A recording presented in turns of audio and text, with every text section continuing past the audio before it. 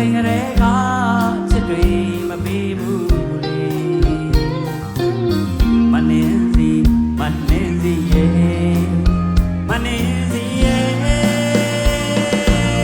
တွန်းချတိပါဆူရှိမသိတော့လေအလုံးမိုက်မိမှခုမှပဲ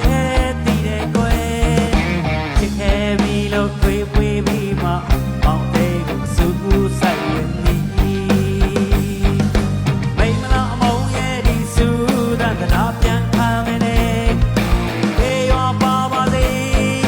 နာပါဒီလုံးလဲမညီတော့ပါ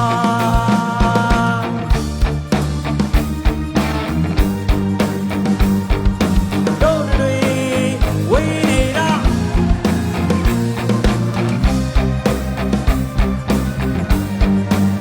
မနှင်းစီရဲ့မနှင်းစီရဲ့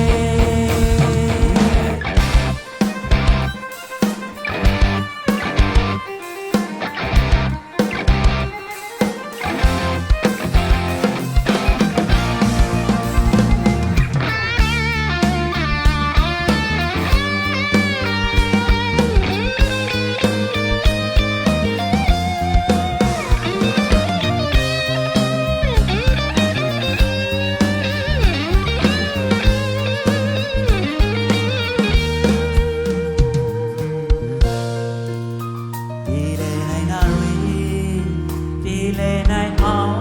ကိုကြိုးစားခဲ့ပြီးမှစံကြံဖက်လန်းရှောက်ခါသွားကြသည်မနှင်းစီရဲ့မနှင်းစီရဲ့ချိန်မလွန်ခင်မှာဒီလိုချစ်မျိုးပြည့်စုံမှနေခဲ့ရင်စာချိန်ကလေးက